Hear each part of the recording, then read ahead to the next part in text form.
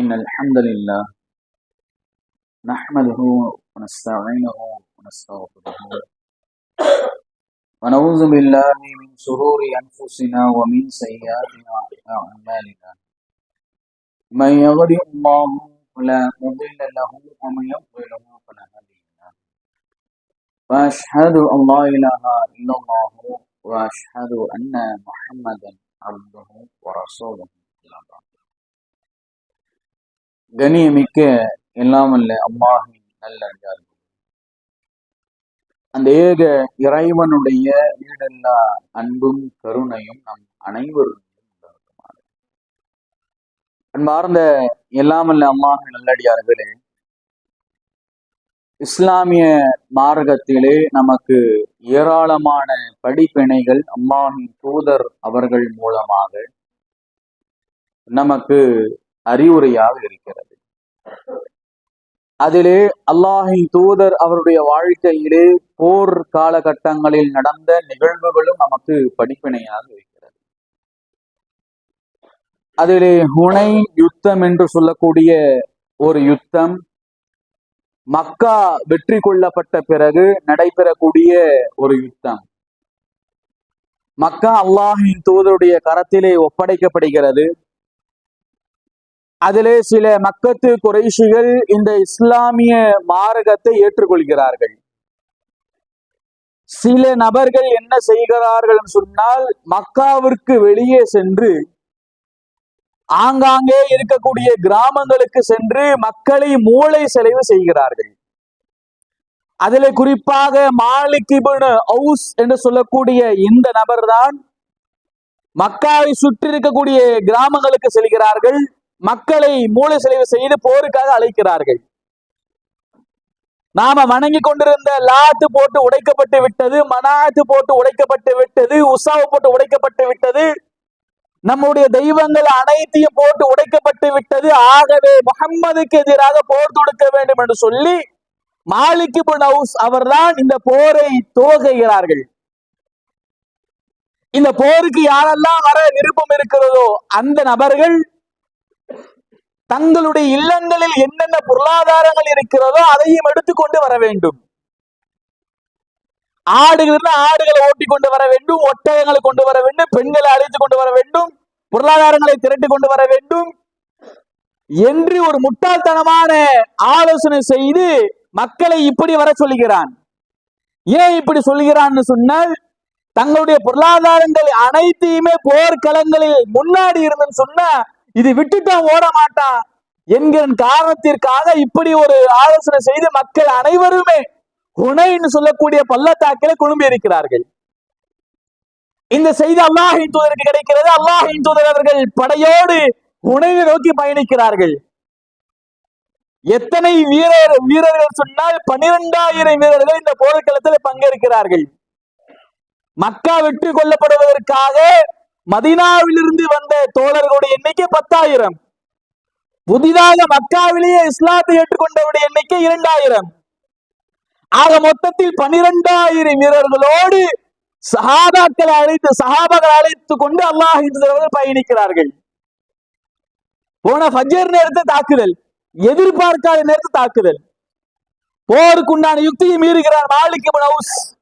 என்ன யுக்தின்னு சொன்னா, வழக்கமாக போர் நடைபெற வேண்டும் சொன்னா இந்த பகுதியிலிருந்து 3 பேர், இந்த பகுதியிலிருந்து 3 பேர், முதல் இவர்கள் மோதுவார்கள், அதற்கு பிறகுதான் படையோடு மோதும். இதுதான் போருக்கு உண்டான யுக்தியே. இந்த யுக்தியை மீறுகிறான் முஸ்லிமுடைய படை. அந்த ஹுனைனை நோக்கி வந்த உடனேயே ஃபஜர் நேரத்திலேயே மாலிக் இப்னு அவுஸ் தாக்குகிறான். தாக்குனா ரசூலுல்லாஹ்வை விட்டுட்டு ஏராளமான சஹாபாக்கள் விரண்டு ஓடிவிட்டார்கள். அல்லாஹ் ரப்புல் ஆலமீன் இதை குறித்து திருமறை குர்ஆனை சொல்லும் பொழுது சூரா தௌபாவிலே 25வது வசனம் சொல்லும் பொழுது, லகத் நஸரகுமுல்லாஹு ஃபீ மவாத்தீன கஸீரத்தன், உங்களுக்கு பல களங்களில் உங்களுக்கு அல்லாஹ் ரப்புல் ஆலமீன் உதவி செய்து உள்ளான். வ யௌம ஹுனைன், ஹுனைன் போர்க்களத்திலும் உதவி செய்துள்ளான். இது அஜபத்துக்கும் கஸீரத்துக்கும், ஆனா நீங்கள் என்ன நினைத்து சொன்னா, உங்களிடத்தில் அதிகமான மக்கள் இருந்தார்கள் என்பதன் காரணமாக நீங்கள் மமதை கொண்டீர்கள் என்று அல்லாஹ் சொல்லி கேட்டீங்க. மமதை கொண்டீர்கள், பெருமை அடிச்சீங்க என்று சஹாபாக்களை குறித்து அல்லாஹ் ரப்பல் ஆலமீன் பேசுகிறார். நீங்க வரலாறுகளை அப்படியே பின்னாடி போய் பாருங்களேன். பத்ரில எத்தனை வீரர்கள்? 300 சொச்சம் வீரர்கள். உஹது போர்க்களத்திலே 700 சொச்சம் வீரர்கள். ஹந்தக் போர்க்களத்திலே சொற்பமான வீரர்கள். இப்படியாக எல்லா போர்க்களங்களிலும் சொற்பமான வீரர்களை வைத்து அல்லாஹ் ரப்பல் ஆலமீன் மிகப்பெரிய வெற்றியை தேடி தந்தான். ஆனா ஹுனைனிலே 12,000 வீரர்கள் நாம் இருக்கிறோம், நமக்கு என்ன என்று சஹாபாக்கள் நினைத்ததன் காரணமாக விரண்டு ஓடினார்கள். அல்லாஹ் ரப்பல் ஆலமீன் இதை படம் பிடித்து திருமறை குர்ஆனில் காட்டுகிறான். சொல்லிவிட்டு அடுத்ததாக இதை சொல்லி காட்டுகிறான். சும்மா அன்ஸலல்லாஹு ஸகீனத்தன் அலா ரசூலிஹி வ அலல் முக்மினீன். பிறகு தன்னுடைய அமைதியை இந்த இறை தூதர் மீதும் மற்றும் நம்பிக்கை கொண்டோர் மீதும் இறக்கி வைத்தான். நீங்கள் பார்க்காத படையை இறக்கி உங்களுக்கு உதவி செய்தான். அது இறை மறுப்பாளர்களை வேரோடு அடித்தது என்று அல்லாஹ் ரப்பல் ஆலமீன் சொல்லி காட்டுகிறான். சொல்லிவிட்டு அடுத்த வசனத்துல என்ன சொல்லும் பொழுது, சும்மா யதூபுல்லாஹு மின் பஅதி ஸாலிக அலா மா யஷா. பிறகு தான் நாடியவர்களை அல்லாஹ் ரப்பல் ஆலமீன் மன்னிக்க கூடியவனாக இருக்கிறான் என்று அல்லாஹ் ரப்பல் ஆலமீன் சொல்லி காட்டுகிறான். சஹாபாக்கள் தவறு செய்தார்கள், அந்த தவறுகள் அல்லாஹ் ரப்பல் ஆலமீன் மன்னித்தான் என்கிற வசனம் தொடர்ச்சியாக பேசிக்கொண்டே வருகிறது. அப்போ தாக்கிய உடனே ஓடிய பிறகு அல்லாஹ்வுடைய உதவி இந்த ஹுனைன்ல கிடைக்கும் போது மாலிக் இப்னு அவுஸ் என்ன செய்யறான் சொன்னா, தான் கொண்டு வந்த எல்லா கனிமத்து பொருட்களுமே அந்த போர்க்களத்துல விட்டுட்டு ஓடுறான். உடனே காலித் பின் வலீத் தலைமையிலே, காலிது இந்த ஓடுறான் பாருங்க மாலிக் இப்னு அவுஸ், அவனை விரட்டி செல்லுங்க. ஒரு 1000 வீரர்களை நீங்கள் வைத்துக் கொள்ளுங்கள், நீங்க விரட்டி சென்று சண்டையிட்டுக் கொண்டே இருங்கள். நான் இந்த கனிமத்து பொருட்கள் எல்லாத்தையும் ஒரு இடத்துல சேகரித்து வைத்து விட்டு உங்களுக்கு பின்னாடியே வரும்னு சொல்லிட்டு ரசூலுல்லாஹ் அவங்க காலித் பின் வலீதை முதலில் அனுப்பி வைக்கிறார்கள். அப்போ காலித் பின் வலீத் ரலியல்லாஹு அன்ஹு அவருங்க போறாங்க, தாயிஃப் நோக்கி போறாங்க. அவன் தாயிஃப் கோட்டைக்குள்ள போயிட்டான். காலித் பின் வலீத் படை கோட்டைக்கு வெளியே இருக்கிறது. இந்த கனிமத்து பொருட்களை ரசூலுல்லாஹ் அவங்க சேகரிக்கிறார்கள். எவ்வளவு கனிமத்து பொருட்கள் என்று சொன்னால் 24,000 ஒட்டகங்களை பிடிக்கிறாங்க, 40,000 ஆடுகளை மட்டும் பிடிக்கிறாங்க, 4,000 வெள்ளி ஊக்கிய காசு கைப்பற்றுகிறார்கள். வெள்ளி காசு விலை உயர்ந்த காசு அந்த காலகட்டத்தில். 6,000 அடிமைகளை பிடிக்கிறாங்க. இது அத்தனையுமே பிடித்து ஜிஹ்ரான் சொல்லக்கூடிய ஒரு இடத்துல ரசூலுல்லாஹ் வைக்கிறார்கள். ரசூலுல்லாஹ் தாயிஃப் நோக்கி போறாங்க. போனா கோட்டை முற்றுகையிடப்படுகிறது. 40 நாட்கள் அங்கேயே தங்கி இருக்கிறார்கள் ரசூலுல்லாஹ் அவங்க. மாலிக் இப்னு அவுஸ் வெளியே வருவது போன்று தெரியவில்லை.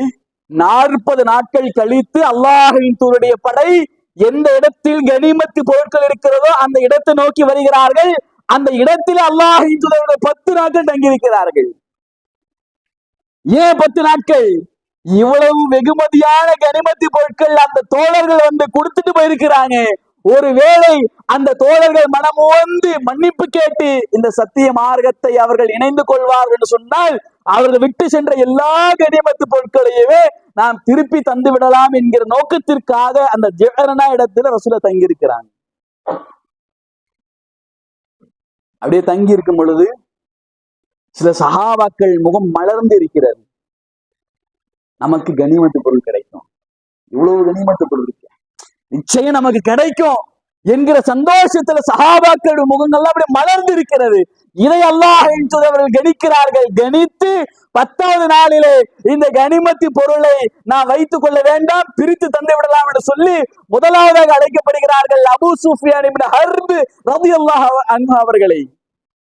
அபூ சுஃபியானே, இதோ வந்து அல்லாஹ்வின் தூதரே, அபூ சுஃபியானுக்கு 100 ஒட்டகத்தை கொடுத்து விடுங்கள், 40 வெள்ளி காசுகள். அதை வாங்கி கொண்ட அந்த நபி தோழர் அல்லாஹ்வின் தூதர்கள் கேட்கிறார்கள், யா ரசூலுல்லாஹ், என் மகன் முஆவியா இருக்கிறான், அவனுக்கும் கொடுங்க நிற்கிறான், என் மகனுக்கும் கொடுங்கன்றாங்க. முஆவியாவுக்கு 100 ஒட்டகம் 40 வெள்ளி காசு. அல்லாஹ்வின் தூதரை யஸீதுக்கு கொடுங்க நிற்கிறாங்க. யஸீதுக்கு 100 ஒட்டகம் 40 வெள்ளி காசு. அதை வாங்கி கொண்டு அந்த நபி தோழர் சந்தோஷமாக அந்த சபையை விட்டு கலந்து செல்கிறார்கள். அடுத்தபடியாக அழைக்கப்படுகிறார்கள் ஹக்கீம் இப்னு ஹிஷாம் சொல்லக்கூடிய நபி தோழர். அந்த நபி தோழர் வருகிறார்கள். அவருக்கு 100 ஒட்டகம் வழங்கப்படுகிறது. அதை பெற்றுக்கொண்டு சந்தோஷமாக செல்கிறார்கள். அடுத்தபடியாக சஃபான் பின் உமையா ரலியல்லாஹு அன்ஹு அவர்கள் 100 ஒட்டகம் சஃபானுக்கு கொடுத்து விடுங்கள். ரசூலுல்லாஹ் கோரிக்கை வைக்கிறாங்க, அல்லாஹ் அனுப்புகிறேன், இன்னும் எதனா கிடைக்குமா? நாம கேட்போம்ல, ஏதோ சகோதரர்கள் ஒரு தலைக்கு ஒரு பையில 5 பையில கொடுக்குறாங்க, தலைக்கு 5 பை. சில தோழர்கள் என்ன செய்வாங்கன்னா, அண்ணன் இன்னும் எல்லாம் கிடைக்குமா? வீட்டுல மாமா கொடுக்கணும், மச்சானுக்கு கொடுக்கணும், தங்கச்சி கொடுக்கணும், அவங்களுக்கு கொடுக்கணும், அவங்களுக்கு கொடுக்கணும். இது மனிதனுடைய பண்பாக இருக்கிறது. அதே போன்றுதான் அந்த நபித்தோல் அல்லாஹ் இன்னும் இதனை கிடைக்குமா, இன்னும் 100 ஒட்டகத்தை கொடுத்து விடுங்கள் சஃபானுக்கு. வாங்கிட்டார். ரசூலுல்லாஹ் 3வது கோரிக்கை வைக்கிறான், அல்லாஹ் இன்னும் கிடைக்குமா, இன்னும் 100 ஒட்டகம் ரசூலுல்லாஹ். இதான் ரசூலுல்லாஹ்வுடைய பண்பு. நாமளர் என்ன செய்வாங்க சொல்லுங்களேன், 5 கொடுக்கிறேன், 10வது அவனுக்கு சரி இந்த 2 வச்சுப்போம், 5க்கு 5 தரமாட்டோம். 3வது வாட்டி கேட்டா முகத்தை காட்டுவோம் நாம. ஆனா அல்லாஹ் அப்படி எப்படி நினைக்கிறான் பாருங்க, முகத்தெல்லாம் காட்டல, எத்தனை வாட்டி கேட்கிற அத்தனை வாட்டிக்கும் 100 100 100 முன்னாடி எவ்வளவு தந்தாரோ அதே அளவுக்கு மீண்டும் தந்து அந்த நபித்தோழரை சந்தோஷமாக அனுப்புகிறார்கள் அல்லாஹ் அவர்கள். இப்படியாக எல்லா வீரர்களுக்கும் கனிமத்து பொருள் பங்கிட்டு பிரித்து தருகிறார்கள். கனிமத்து பொருள் இல்ல, அன்சாரிகள் குறை பேசிக் கொண்டிருக்கிறார்கள். அல்லாஹின் தூதர் அவர்களுக்கு அவர் ஊரின் மீது பற்று வந்து விட்டது.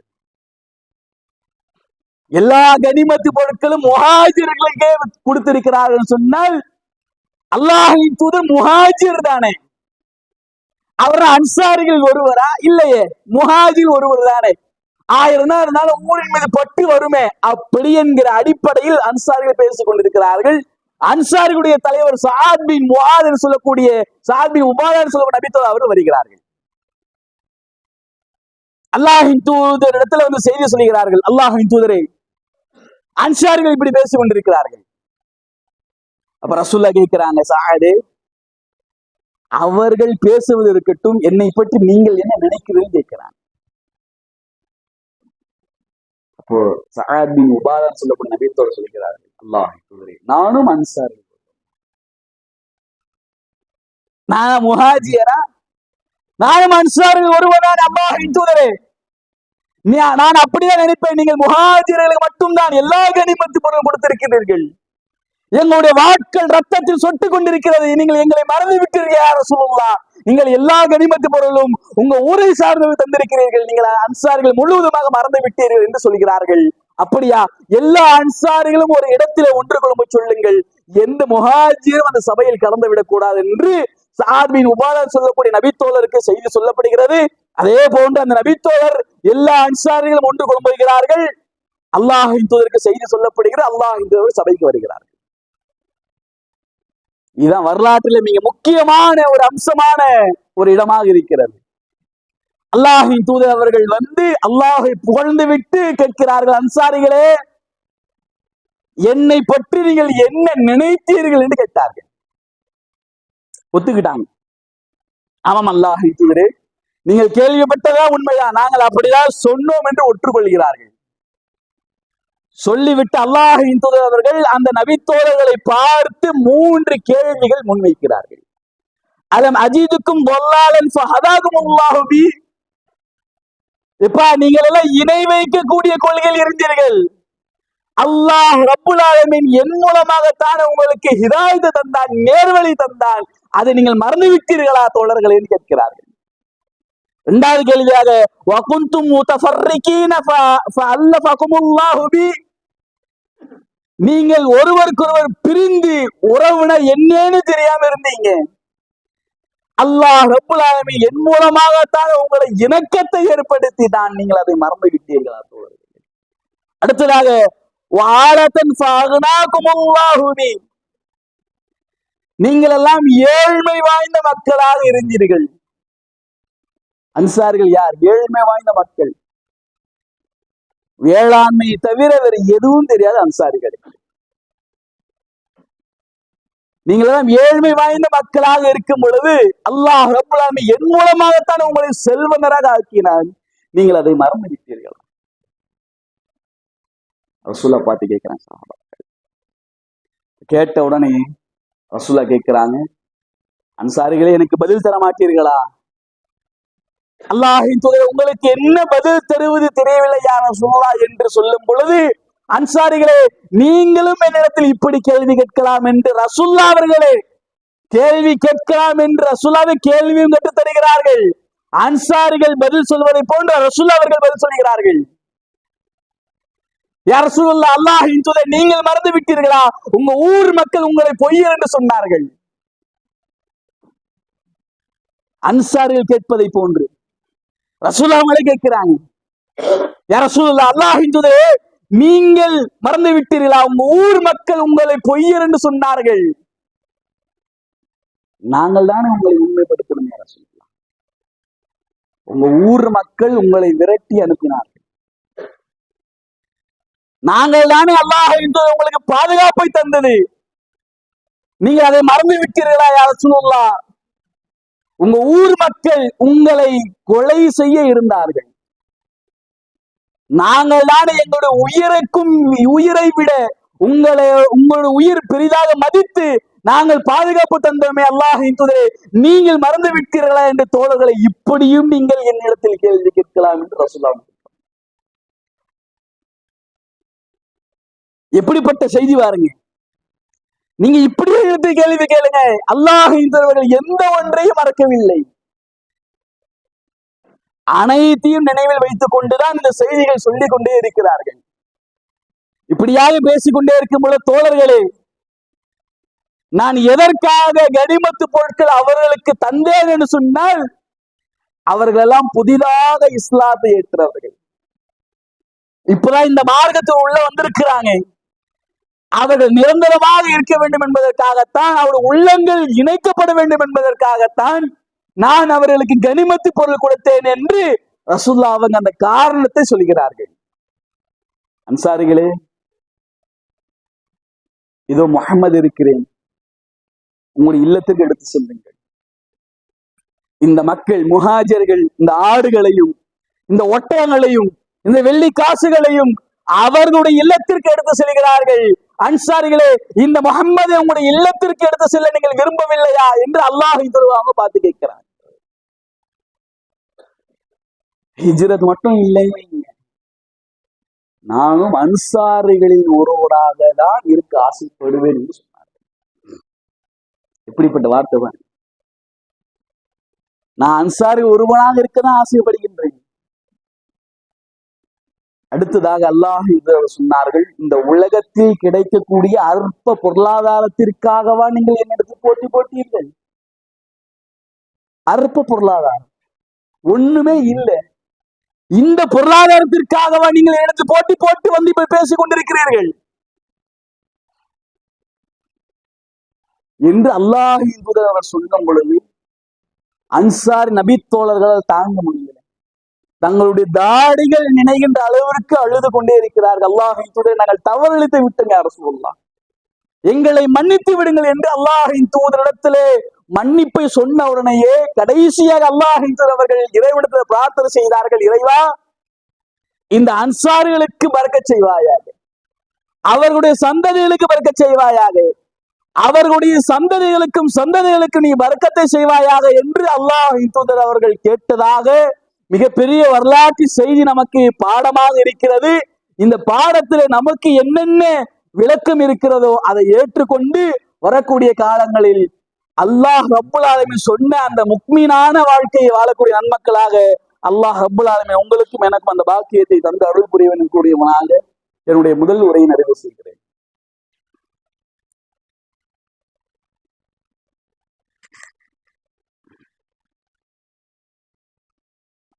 அல்ஹம்துலில்லாஹ்.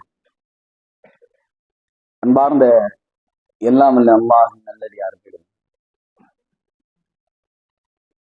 இன்றைக்கு இந்த ஜும்மாவுடைய வசூல் திருவள்ளூர் மேற்கு மாவட்டம் மணவாளர் நகர் பள்ளிவாசல் இடம் வாங்க இருக்கிறது. இது நமக்கு முன்னாடி வாரத்திலேயே அறிவிப்பு செய்திருப்பாங்க. போன வாரம் ஜும்மாவிலேயே நமக்கு அறிவிப்பு செய்திருப்பாங்க. பொதுவா இந்த மணவாள நகர் கிளை எப்படிப்பட்டதுன்னு சொன்னால், தாவா பணியாக இருந்தாலும் சரி, சமுதாய பணிகளாக இருந்தாலும் சரி, எல்லா பணிகளிலுமே முன்னாடி வந்து செயல்படக்கூடிய மக்கள் இந்த மக்கள். அதிலே குறிப்பாக கடந்த நவம்பர் மாதத்திலே மட்டும் அவசர ரத்த தானம் என்று நாம அனுப்புவோம். ஆண்களை ரத்தம் தேவைப்படக்கூடிய சகோதரர்களுக்கு நாம உடனே அனுப்பி வைப்போம். அந்த மாதிரி இந்த சகோதரர்கள் 20 யூனிட் கொடுத்திருக்கிறாங்க. ஒரு மாசத்துக்கு மட்டும் அவசர ரத்த தானம் 20 யூனிட் ஏற்பாடு செய்திருக்கிறார்கள். இந்த ஒரு மாதம் மட்டும் கிடையாது. நீங்க சமூக வலைதளங்களில் மணவாள் நகர் கிளையை போய் பார்த்தீங்க சொன்னா, திருவள்ளூர் மேற்கு மாவட்டத்தில் இருக்கக்கூடிய அந்த கிளையை போய் பார்த்தீங்க சொன்னா, தொடர்ச்சியாக எல்லா மாதங்களிலுமே 15க்கும் மிகாமல் அவசர ரத்த தானங்கள் கொடுத்து கொண்டே இருக்கிறார்கள். அந்த அளவுக்கு சமுதாயத்திலே சமுதாய பணிகள் செய்யக்கூடிய ஒரு கிளையாக இந்த மணவாள் நகர் கிளை இருக்கிறது. சமுதாய பணி மட்டுமல்லாமல் தாவா பணிகளும் இந்த கிளை வீரியமாக இருக்கிறது. ஏராளமான இஜிதிமாக்கள், பெண்கள் பயான்கள், ஜும்மாக்கள், தனிநபர் தாவாக்கள், இப்படியாக தாவா பணிகளும் இந்த கிளை அதிகப்படியாக செய்து கொண்டே வருகிறது அல்லாஹுடைய உதவியினால். ஆனால் தற்போது அந்த பள்ளிவாசல் இடம் பற்றாக்குறையாக இருக்கிறது. ஜும்மா போன்ற காலகட்டங்கள் இவ்வளவு கூட்டம்லாம் உள்ள உட்கார முடியாது. ஒரு வீடு தான் அது, ஒரு மாடியில சின்னதா ஒரு வீடு. வீடுனா எப்படி இருக்கும்? ஒரு ஹாலு, ஒரு ரூமு, ஒரு கிச்சன், இவ்வளவுதான் இருக்கும். இதுல ரூம பெண்களுக்காகவும், ஹால ஜும்மாக்காகவும், கிச்சன்லயும் ஜும்மாவுக்கு வரக்கூடிய ஆண்கள் அமர்வதற்கு அந்த இடத்தை வைத்திருக்கிறாங்க. அப்படிப்பட்ட ஒரு குறுகலான இடத்துல இந்த கிளை இயங்கி கொண்டிருக்கிறது. நாட்கள் அதிகமாக ஆக மக்களுடைய எண்ணிக்கை அதிகமாகிறது. இப்ப மக்கள் அதிகமாக ஆகும் பொழுது ஒரு இடத்தை பார்க்க வேண்டும் என்கிற நிர்பந்தித்து தள்ளப்படுகிறார்கள். இடத்தை பார்த்து விட்டார்கள். இடத்துடைய மதிப்பு மட்டும் 34 லட்சம் ரூபாய். ரிஜிஸ்ட்ரேஷன் எல்லாம் சேர்த்து இவ்வளவு தொகையாக இருக்கிறது. இதுல அல்லாஹ்வுடைய உதவியினால் 24 லட்சம் ரூபாய் வசூல் செய்து விட்டார்கள். இன்னும் 10 லட்சம் ரூபாய் தேவையாக இருக்கிறது. இப்ப இடம் நம்ம வாங்கிட்டோம். அந்த 10 லட்சம் ரூபாய சுன்னத் வல் ஜமாஅத் சகோதரர் நாம செய்யக்கூடிய பணிகளை பார்த்து நீங்க இந்த 10 லட்சம் ரூபாய் கடனாக வைத்துக் கொள்ளுங்கள் ஒப்படைக்கிறார். எப்படிப்பட்ட பண்பு பாருங்க. நாம செய்யக்கூடிய தாவா பணிகளை பார்த்து அதிலே ஈர்க்கப்பட்டு நீங்க பள்ளிவாசலுக்காக என்னால் முடிந்தது நீ இந்த 10 லட்சம் ரூபாய் கடனாக பெற்று அந்த இடத்தை பயன்படுத்திக் கொள்ளுங்கள் சொல்லி ஒப்படைச்சிட்டாரு. நம்ம இடத்தை வாங்கிட்டோம். அந்த சகோதரர் பொருளாதாரத்தை தரும்போதே ஒரு கோரிக்கை வைத்தார், தீபாவளிக்குள்ளதாக நீங்கள் கொடுத்து விடுங்கள் சொன்னார். அப்ப நம்முடைய சூழல் அந்த சகோதரர் அறிந்து கொண்டார். அறிந்து கொண்டதற்காக தீபாவளிக்கு கொடுங்க சொன்னோம். இப்போ வேண்டாம், நீங்க இந்த வருடம் முடிவதற்குள்ளதாக நீங்க கொடுத்துடுங்கன்னு சொன்னாரு. அதனால நெருக்கத்தில் நாம இருக்கிறோம். பொருளாதாரம் தேவையாக இருக்கிறது. 10 லட்சம் ரூபாய் தான் இருக்கிறது. இந்த 10 லட்சம் ரூபாய் இருந்து சொன்னா நாம இந்த பள்ளிவாசலுக்குள் உள்ள சென்று விடலாம். இது ஒரு அம்சமாக இருக்கிறது. 2வது அம்சமாக தற்போது இயங்கிக் கொண்டிருக்கக்கூடிய அந்த இடம் காலி பண்ணுங்க சொல்லிட்டாங்க. ஜனவரிக்குள்ளதாக நீங்க இடத்தை காலி பண்ணிடுங்க அப்படின்ட்டு அந்த ஹவுஸ் வந்து சொல்லிட்டு போயிட்டாங்க. அந்த இதற்குள்ளதாக இப்படி நெருக்கடியான சூழல் இருக்கிறது. ஆகவே உங்களை நாடி அந்த சகோதரர் வந்திருக்கிறார்கள். உங்களுடைய பொருளாதாரத்தை அல்லாஹுடைய பாதையிலே கொடுத்து உதவி செய்யுங்கள். இந்த நிர்வாகம் எப்படிப்பட்ட நிர்வாகம் சொன்னா 9 பேர் கொண்டு நிர்வாகம் கிடையாது. இருக்கிற நிர்வாகம் தான் இந்த அளவுக்கு சிறப்பான பணிகளை செய்து கொண்டு வருகிறார்கள். சிந்திச்சு பாருங்க, 5 பேர் கூட இருக்காது. அதுவும் குறிப்பாக அனுபவசாலிகள் சகோதரர் கூட கிடையாது. எப்படி கையில் எடுக்கணும், எப்படி கொண்டு போகணும் பள்ளிவாசல, அப்படி என்கிற அந்த அனுபவமும் கிடையாது அவங்களுக்கு. அல்லாஹ்வின் மீது உதவி அல்லாஹ் நிச்சயமா நமக்கு தருவான் என்கிற அந்த அடிப்படையில் இறங்கி விட்டார்கள். உங்களை நாடி தென் சென்னை மாவட்டம் முழுவதுமாக வந்திருக்கிறார்கள்.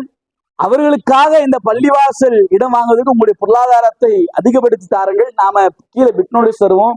அதுல QR கோட் இருக்கிறது. அதை ஸ்கேன் பண்ணீங்க சொன்னா அந்த பேங்குக்கு போயிடுவோம். நீங்க 2 நாள் கழித்து கூட நீங்க அந்த QR கோடை பயன்படுத்தி உங்களுடைய பொருளாதாரத்தை தந்து உதவிங்கன்னு சொன்னால் எங்களுக்கு சிறப்பானதாக இருக்கும். ஆகவே இந்த ஜும்மாவுடைய வசூலை அதற்காக தந்து உதவுமாறு அன்போடு கேட்டுக்கொண்டவனாக என்னுடைய ஜும்மாவுடைய உரை நிறைவு செய்கிறேன். வாஹ்ர தௌலானா அல்ஹம்துலில்லாஹி ரப்பில் ஆலமீன்.